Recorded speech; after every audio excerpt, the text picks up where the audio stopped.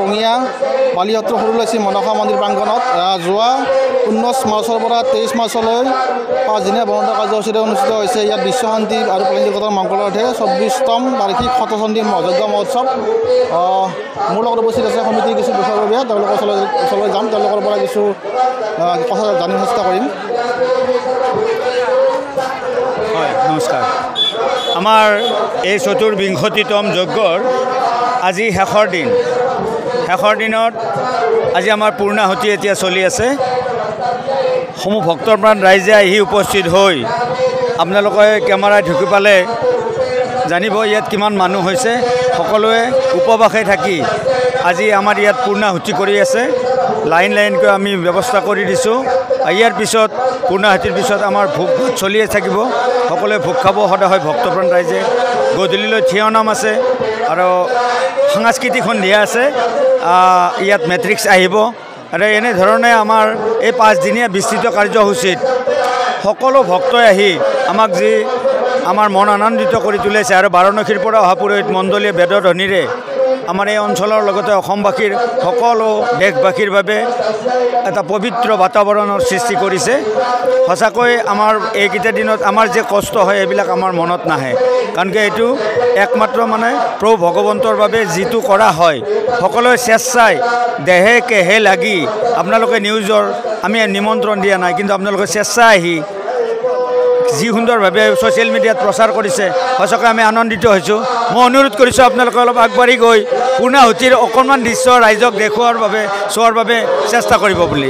ধন্যবাদ। হয়, মই পোনে মোৰ সতীৰ্থ কিছু আগুৱাই গৈ দৃশ্য দেখিবলৈ অনুৰোধ জনাম। ইতিমধ্যে ইয়াত পূৰ্ণাহুতি চলি আছে। বিভিন্ন অঞ্চলৰ ভক্তসকলে ইয়াত ভিৰ পৰিলক্ষিত হৈছে। পোনে মোৰ সতীৰ্থ কিছু আগুৱাই গৈ পুনৰ ভিতৰৰ দৃশ্য কিছু দেখিবলৈ অনুৰোধ জনাম। বিভিন্ন অঞ্চলৰ ভক্তসকলে ইয়াত ভিৰ পৰিলক্ষিত হৈছে। যিহেতু ইয়াত 19 মাৰ্চৰ পৰা আজি 23 মাৰ্চলৈ 5 দিনীয়া বনধ কাৰ্যসূচীত অনুষ্ঠিত হৈছে শতচণ্ডী যজ্ঞ মহোৎসৱ। 24তম বাৰ্ষিক শতচণ্ডী যজ্ঞ মহোৎসৱ। ইতিমধ্যে ইয়াত বিভিন্ন অঞ্চলৰ ভক্তসকলে ভিৰ পৰিলক্ষিত হৈছে। ইয়াত ইতিমধ্যে পূৰ্ণাহুতি চলি আছে। আজি অন্তিম দিনৰ কাৰ্যসূচী। বিভিন্ন অঞ্চলৰ ভক্তসকলে ইয়াত ভিৰ পৰিলক্ষিত হৈছে। ৰঙিয়া বালিহত্ৰ সৰুলাচী মনসা মন্দিৰ প্ৰাংগণত 5 দিনীয়া বনধ কাৰ্যসূচী অনুষ্ঠিত হৈছে শতচণ্ডী যজ্ঞ মহোৎসৱ। ইয়াত শাৰী পাতি ভক্তসকলে ইয়াত পূৰ্ণাহুতিত ইয়াত অংশগ্ৰহণ কৰা পৰিলক্ষিত হৈছে।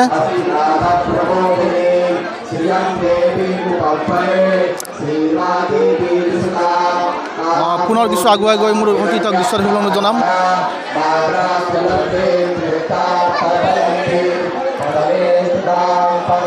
বিভিন্ন অঞ্চলৰ পৰা ভক্তসকলে ইয়াত ভিৰ পৰিলক্ষিত হৈছে। আজি পূৰ্ণাহুতি উপলক্ষে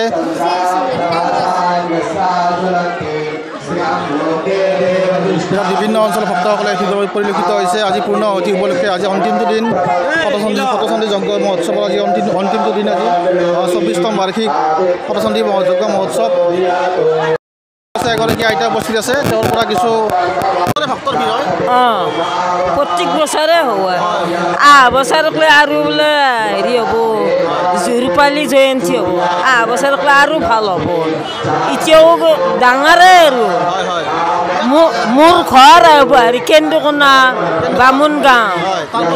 মই তাৰ পৰা আজি এই মণিৰাম পাঠাক জোঁৱাই হয়। পূৰ্ণ হয়। বাপ এনে মানুহ হৈছে মনৰ বাঞ্ছা পূৰ্ণ। এই আহুতিৰে এই পুৰীত গীতিয়া বেনাৰসৰ পৰা আছে।